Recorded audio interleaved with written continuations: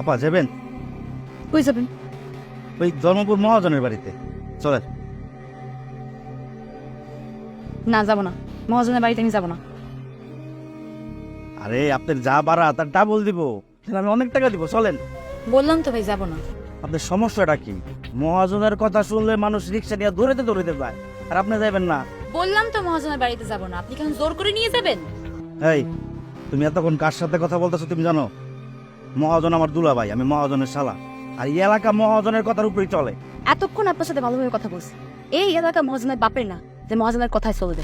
ঠিক, তুই আমার সম্মানিত দুলাভাইয়ের বাপ তুলে কথা বলি? একটা অটো হলে আমার দুলাভাইয়ের বাপ তুলে কথা বলি? আমি তোরে নিয়েই যাবো, তোর আমার লোক দায়িত্ব দেবো। তাও নাম জুতা দিয়ে বাইরে তোর লাল বানাই ফেলাবো। বারবার বলছি মহাজনের বাড়িতে যাবো না, তারপর দৌড়াদৌড়ি করতেছিস কেন? মেয়ে মানুষ বই না, ভাবছিস প্রতিবাদ করতে পারবো না?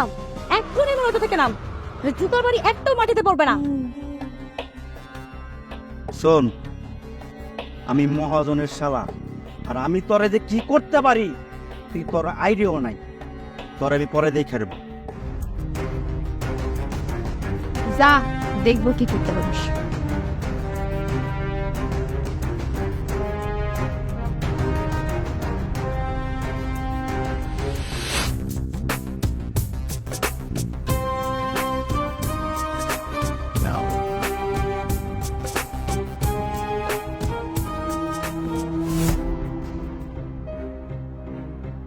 এটা বৌমা না? হ, এটাই তো বৌমা। বৌমা আমার জন্য অটো রিক্সা চালায়।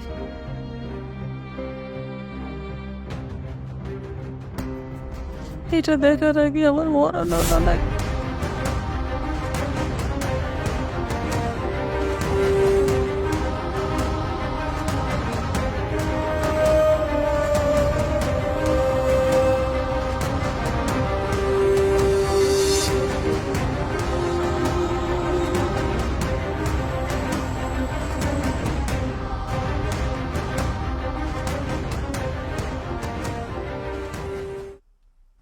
খারাপ বৌমা,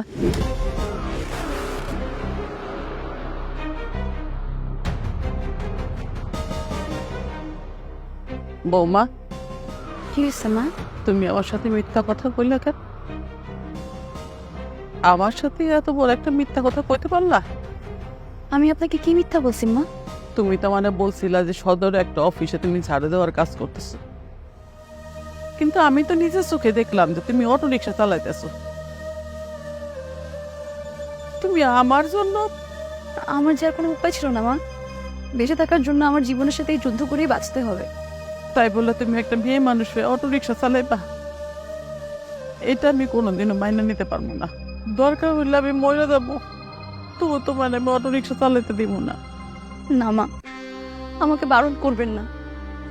আপনার প্রতিনিয়ত নগদ টাকার ওষুধ লাগে। আমি যদি অন্য কোনো চাকরি করতাম, আমাকে তো কেউ নগদ টাকা দিত না। মা, আমি তো কোনো খারাপ কাজ করতেছি না যাতে আপনার মাথা নিচু হয়ে যাবে। আর একদম কথা বলবা না। দরকার হইলে আমি না খায় মরে যাবো, তবু তোমার আমি আজকের থেকে আর বাইরে যাইতে দিব না। বাড়ির বাইরে তুমি একদমই যাইতে পারবা না। চলো, চলো আমার সাথে, চলো।